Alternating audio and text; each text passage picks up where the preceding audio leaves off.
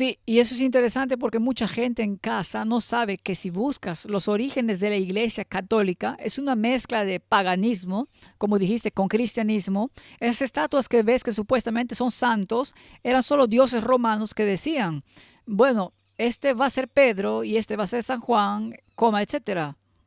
Correcto. Si los buscas todos, son todas deidades paganas. Y todas esas deidades paganas, entre comillas, todas enseñaron la misma filosofía. Ahora bien, la Iglesia Católica Romana siempre ha tenido sociedades que propagaron esta filosofía y también apuntaban a la estructura de poder para controlar cada aspecto de la humanidad. Y si controlas el sistema bancario, si controlas las finanzas, tienes un buen control de las cosas. Por ejemplo, los templarios eran una organización que supuestamente iba a asegurar el terreno del templo en Jerusalén, etcétera, para el cristianismo, pero se convirtieron en los banqueros de Europa. Es por eso que se llaman templarios, ya que estaban tratando de recuperar el templo. Sí, también Interesante. las cruzadas y todas estas cosas que sucedieron antes de la reforma, así que adoraban a la deidad que se llamaba Baphomet. Baphomet es, por supuesto, la deidad androgénica, Lucifer, que es tanto masculino como femenino. Por eso es un momento muy interesante en el que vivimos. Sí, lo es, porque me parece muy interesante que tengamos esta serie que se llama El Elegido, The Chosen, y él es un templario. Sí, Están siguiendo Baphomet, quiero decir, eso es es correcto. interesante. Y él literalmente está interpretando a Jesús. Es como el manual de estrategias jesuita, ¿correcto? Intentando infiltrarse en todo, ya sea por la fuerza o por Sí, engaño. sí. Podríamos entrar en una larga discusión sobre esos, pero no vayamos allí. El hecho es que se convirtieron en los banqueros de Europa y eso significó que se convirtieron en los banqueros del mundo. Y el rey de Francia se puso celoso, según cuentan la historia, y los prohibió y mató o hizo que destruyeran a los templarios. Pero los templarios nunca fueron destruidos y los templarios tenían un líder, a uno llamado de Molay. Ahora, es muy interesante que si vas a las sociedades modernas y a los masones modernos, su organización juvenil se llama Demolay. ¿Por qué pondrían el nombre del mismo individuo que supuestamente era un adorador The de very Baphomet? individual that was supposedly a worshipper of Baphomet. Baphomet, interesante.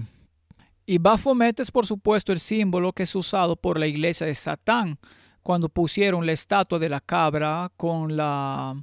Querían poner los 10 mandamientos en algunos lugares y empezaron a poner a Baphomet ahí arriba. Sí, es interesante que literalmente haya dos niños mirando a Baphomet como si fuera su padre o lo que sea que regresa a lo que estás diciendo, lo que ellos creen que es el verdadero Hijo de Dios y es el portador de la luz que les dará vida eterna y viviendo en pecado, aunque no vivan de acuerdo con los mandamientos de Dios. Sí, si miras a algunos de los presidentes modernos de los Estados Unidos, uno que me viene a la mente es Bill Clinton. Fue muy prominente en el movimiento de Demolay. Así que eso es un solo una parte.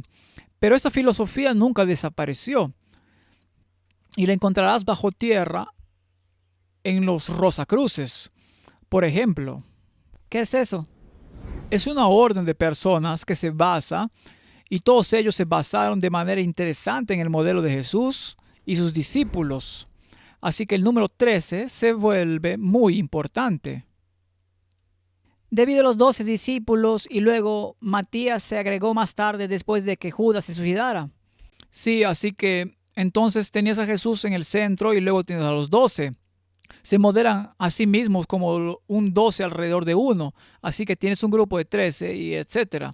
Todos están basados en una visión antitética de lo que eran las escrituras. Uno pensaría que se le ocurriría algo original.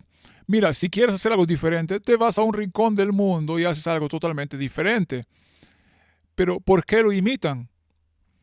Es como si lo único que pudieran hacer es tomar la verdad de Dios y pervertirla. No, porque la guerra es contra Jesucristo. Ese es el eje de toda la guerra. Y lo que estamos viendo en el mundo hoy es simplemente sacar a la luz lo que se practicaba en secreto. Así que en cualquier caso, los jesuitas decidieron que tenían que restablecer la supremacía papal. Así que el primer concilio que se convocó para oponerse al protestantismo fue el Concilio de Trento. Y en el Concilio de Trento se estableció firmemente cada dogma del papado y el dogma de la infalibilidad papal. Fue la base fundamental para el poder del papado desde ese periodo en adelante. Y también es muy interesante que uno de los temas que estaban debatiendo en el Concilio de Trento era el de Sabbat.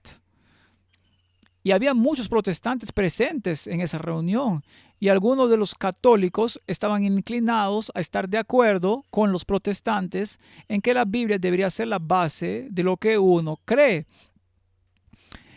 El catolicismo dijo que no.